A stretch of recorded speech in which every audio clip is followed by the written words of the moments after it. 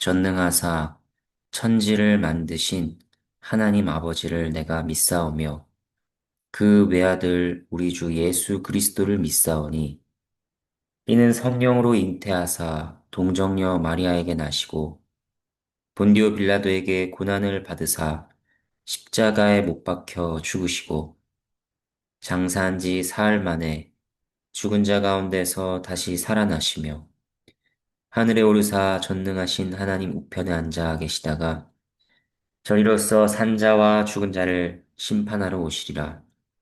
성령을 믿사오며 거룩한 공예와 성도가 서로 교통하는 것과 죄를 사하여 주시는 것과 몸이 다시 사는 것과 영원히 사는 것을 믿사옵나이다. 아멘. 함께 찬양하도록 하겠습니다. 찬송가 383장입니다. 1절과 2절을 찬양하도록 하겠습니다. 찬송가 383장입니다. 눈을 들어 산을 보니 도움 어디서 오나 전지 지은 주 하나님 나를 도와 주시네. 나의 발이 실조가 않게 주가 깨어 지키며 택한 백성 항상 지켜 길이 보호하시네. 도우시는 하나님이 내게 그늘 되시니 낮의 해와 밤의 달이 너를 상치 않겠네. 내게 말을 주지 않고 오늘 보호하시며 너의 줄이 지금부터 영영 인도하시리.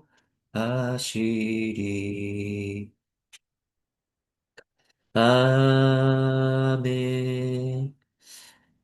함께 보실 하나님의 말씀은 시편 124편과 125편입니다.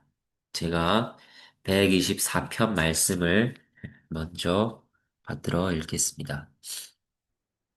이스라엘은 이제 말하기를 여호와께서 우리 편에 계시지 아니하셨더라면 우리가 어떻게 하였으랴.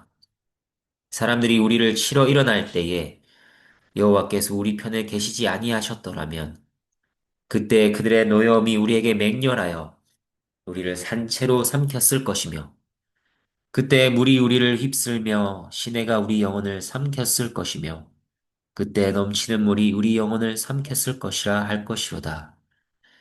우리를 내주어 그들의 이에 씹히지 아니하게 하신 여호와를 찬송할지로다. 우리의 영혼이 사냥꾼의 올무에서 벗어난 새같이 되었나니 올무가 끊어짐으로 우리가 벗어났도다. 우리의 도움은 천지를 지으신 여호와의 이름에 있도다.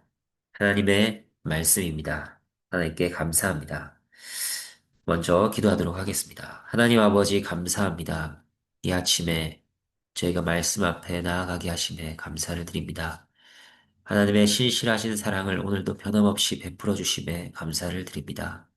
저희가 말씀을 볼 때에 저희의 힘으로 저희의 지혜로는 깨달을 수 없사오니 성령께서 조명하여 주시고 또 그 말씀이 그저 단 한순간으로 흘러가는 것이 아니라 영원히 예, 주께 영광을 올려드리는 그 마음으로 이어지게 하시고 주를 경외하는 삶으로 열매를 맺어가게 해 주시옵소서. 감사를 드리며 예수 그리스도 이름으로 기도합니다. 아멘. 시편 124편은 다윗의 시로 알려져 있습니다. 그리고 성전에 올라가는 노래 중 하나입니다. 다윗의 인생에는 수많은 위험과 위기들이 있었습니다. 맹수들과 거인을 상대로 싸운 적도 있고 친구들에게 배반을 당하기도 했습니다. 자신이 충성했던 왕이 자신을 죽이려고 한 적도 있으며 심지어는 자신의 아들이 자신을 죽이려고 한 적도 있습니다. 그러나 그 모든 어려움에서 하나님께서는 다윗을 건져내셨습니다. 다윗도 그것을 알았습니다. 하나님이 아니셨다면 자신은 진작에 끝났을 것임을 알았습니다.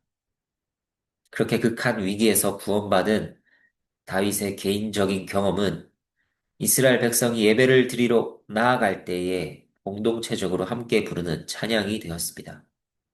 1절과 2절에서 같은 표현이 반복되고 있죠. 여호와께서 우리 편에 계시지 아니하셨더라면 한 가지 가정을 통해서 그들의 구원이 얼마나 기적적인 일인지를 강조합니다.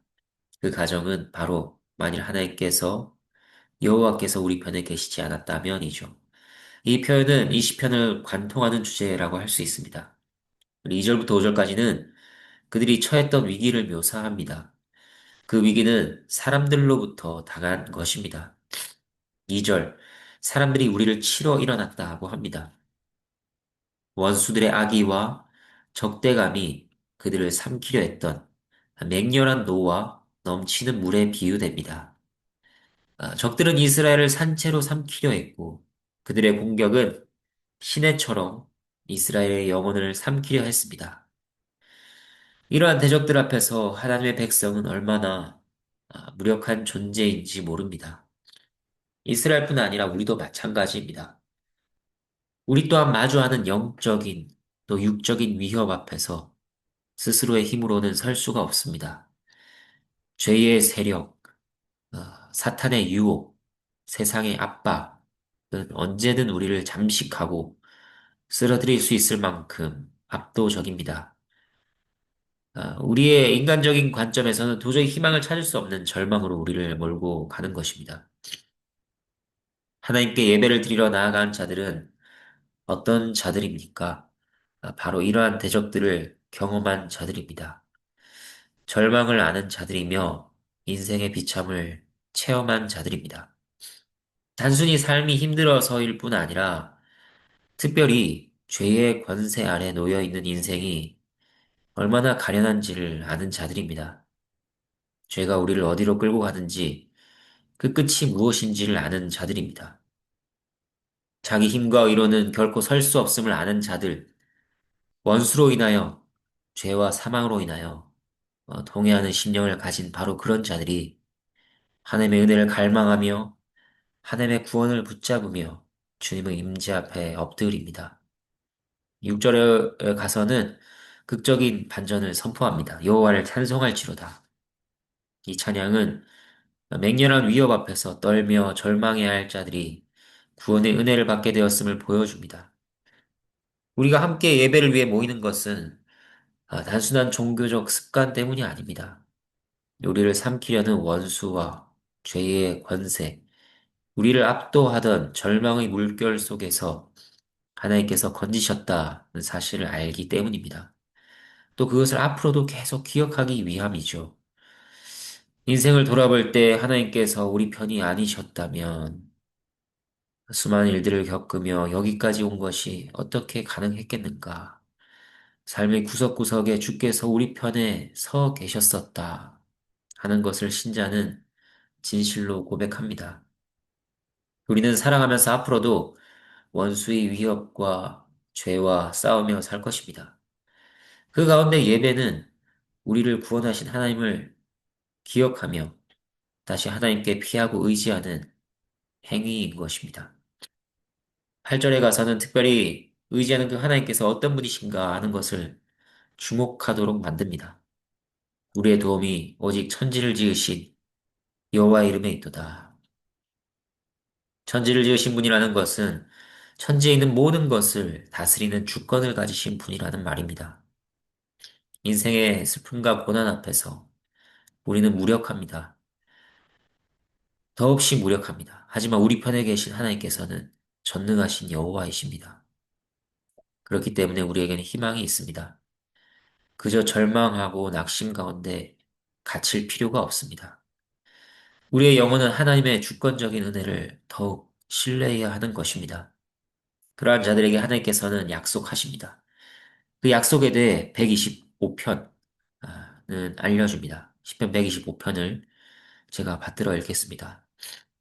여호와를 의지하는 자는 시온산이 흔들리지 아니하고 영원히 있음 같도다. 산들이 예루살렘을 두rum과 같이 여호와께서 그의 백성을 지금부터 영원까지 두루시리로다. 악인의 규가 의인들의 땅에서는 그 권세를 누리지 못하리니 이는 의인들로 하여금 죄악에 손을 대지 아니하게 함이로다. 여호와여, 선한 자들과 마음이 정직한 자들에게 선대하소서. 자기의 굽은 길로 치우치는 자들은 여호와께서 죄를 범한 자들과 함께 다니게 하시리로다. 이스라엘에게는 평강이 있을지어다. 하나님의 말씀입니다. 하나님께 감사합니다. 여호와를 의지한 자들에게 약속하신 바는 그들을 흔들리지 않게 붙드신다는 것입니다. 마치 산이 흔들리지 않는 것과 같습니다. 산 위의 나무는 바람에 흔들리고 산의 흙은 빗물에 씻겨 내려가기도 합니다. 그러나 산 자체는 결코 흔들리지 않습니다. 여호와를 의지한 자들도 마찬가지입니다. 세상의 풍파 가운데 흔들리고 상처 입을 때도 있을 수 있습니다. 그러나 결코 뿌리째 뽑히거나 사라지지 않습니다. 여호와께서 친히 그들을 붙드시기 때문입니다. 그러한 보호는 2절에서 더 구체적으로 묘사됩니다. 산들이 두rum같이라고 합니다. 이것은 사방을 에워싸고 있는 것을 떠올리게 하는 장면입니다. 하나님의 완전하고 빈틈없는 보호하심을 더욱 선명하게 드러냅니다. 하나님께서는 자신을 의지한 자의 삶의 구석구석을 지키시며 어느 한순간도 놓치지 않고 보호하십니다. 그리고 그 보호는 일시적인 것이 아니라 영원히 보장된 약속입니다. 그를 의지한다고 할지언정 우리의 존재가 무엇이기에 이처럼 철저하고도 영원한 보호를 받는다는 것입니까? 그 이유는 단 하나, 하나님께서 사랑하시기 때문입니다. 하나님의 사랑과 보호는 늘 연결되어 있습니다. 이어지는 3절에서 하나님께서 약속하시는 바는 무엇인가요? 비록 악인이 왕과 같은 막강한 권력과 영향력을 지닌다 할지라도 의인의 기업을 침범하지 못하리라 하는 것입니다. 하나님 백성들을 향한 원수 사단의 분노는 거셉니다. 그는 세상의 권세를 동원하여 끊임없이 우리를 위협하고 공격합니다. 그러나 그 모든 권세와 힘은 하나님 앞에서 무용지물입니다. 하나님께서 친히 의인의 기업을 지키시며 보장하시기 때문입니다. 이 기업이 무엇일까요? 육신의 건강과 물질적 보호인가? 그것이 아닙니다. 주께서 지키시는 기업은 단순히 세상에서 얻는 소유가 아니라 하늘에 간직된 영원한 생명과 복락입니다. 그 기업은 하나님과의 친밀한 교제와 영원한 연합입니다. 그것이 영원토록 보존되는 것입니다. 그것을 전혀 원수는 건드릴 수 없는 것이죠. 그리고 4절 하나님께서는 의인들로 하여금 죄악에 손을 대지 않게 하십니다. 5절에는 이어서 선한 자들과 마음이 정직한 자들에게 선대하소서라고 간구합니다. 하나님을 의지한 자의 하나님을 의지한 자들의 특징은 무엇인가? 죄악에 손을 대지 않게 보호를 받는다는 것이며 선하고 정직한 자로 살아가는 것입니다. 그러나 우리의 현실은 어떤가요? 현실 속에서 신자는 죄에 손을 대기도 하고 악을 행하며 정직하지 못할 때도 있습니다. 그렇다면 이 말씀은 모순을 드러내고 있는 것일까요? 그렇지 않습니다. 여기서 말하는 선함과 정직함은 완전 무결한 상태를 가리키는 것이 아닙니다. 삶의 방향성을 보여주는 표현입니다. 이것은 5절의 대조를 통해 더 분명하게 알 수 있습니다. 여호와를 의지하지 않는 자들, 그들은 결국 굽은 길로 치우쳐 멸망의 길을 걸어갑니다. 그러나 여호와를 의지한 자는 여호와께 치우친다는 것입니다. 신자가 죄를 짓고 악을 행하며 거짓된 모습을 드러낼 때가 있습니다. 그러나 그랬다 할지라도 그들은 다시 돌이켜 주님께로 나아옵니다. 주님께 치우친다. 바로 이 점이 여호와를 의지한 자의 진정한 특징이며 그들을 끝까지 붙드시는 하나님의 은혜의 증거입니다. 5절의 마지막에서 여호와를 의지한 자에게 주어지는 약속은 무엇인가? 바로 평강, 곧 샬롬입니다. 이 샬롬은 단순히 외적인 안전이나 마음의 평안만을 의미하지 않습니다. 성경이 말하는 샬롬은 안전과 평안, 번영을 포함하되 무엇보다도 관계적인 측면에서 이해해야 합니다. 굽은 길로 치우친 자들은 죄를 범하는 자들과 평강합니다. 서로의 번영을 위해 악인들이 함께 다니지만 결국은 멸망으로 갑니다. 하지만 여호와를 의지한 자, 선하고 정직한 자들, 하나님 전에 올라가 그를 경배하는 자들은 하나님과 함께 거닐며 하나님과 화목하고 평강을 누립니다. 그 화목을 누리는 샬로인 것입니다. 이제 말씀을 정리하겠습니다. 124편과 125편을 간단히 요약하면 이렇습니다. 하나님께서 우리 편에서 도우셨기에 우리가 건짐을 받았다. 하나님을 찬양하라. 또 그를 지속적으로 의지하라. 그러한 자에게 영원한 샬롬이 있을 것이다. 이 말씀 앞에서 우리는 우리의 과거를 돌아보아야 할 것입니다. 섭리 가운데에서 하나님께서 어떻게 우리를 그리스도께로 인도하셨는지, 또 우리가 죄인 되었을 때에 어떤 희생으로 그리스도께서 우리의 죄값을 치르셨는지를 깊이 기억해야겠습니다. 또한 이 말씀 우리의 현재와 미래에 대해서도 분명한 방향을 제시합니다. 오늘과 내일의 삶 속에서도 우리는 새로운 위기와 새로운 시련을 맞이하게 될 것입니다. 그러나 그 모든 순간에 하나님을 전적으로 의지하며 앞으로의 길에서도 변함없이 보호하시고 인도하실 그분을 우리는 확신해야 합니다. 그럴 때 이미 우리에게 이루어진 하나님과의 화목은 더욱 선명하게 드러날 것입니다. 그것이 우리에게 위로와 능력으로 역사할 것입니다. 그리고 그 샬롬은 우리의 삶을 붙들며 끝내 영원한 영광으로 인도할 것입니다. 하나님께서 크신 은혜를 우리 모두에게 베풀어 주시기를 바랍니다. 함께 주님께서 가르쳐 주신 기도로 기도하도록 하겠습니다. 하늘에 계신 우리 아버지여, 이름이 거룩히 여김을 받으시오며, 나라가 임하시오며, 뜻이 하늘에서 이루어진 것 같이 땅에서도 이루어지다. 오늘 우리에게 일용할 양식을 주시옵고, 우리가 우리에게 죄 지은 자를 사하여 준 것 같이 우리 죄를 사하여 주시옵고, 우리를 시험에 들게 하지 마시옵고, 다만 악에서 구하시옵소서. 나라와 권세와 영광이 아버지께 영원히 있사옵나이다. 아멘.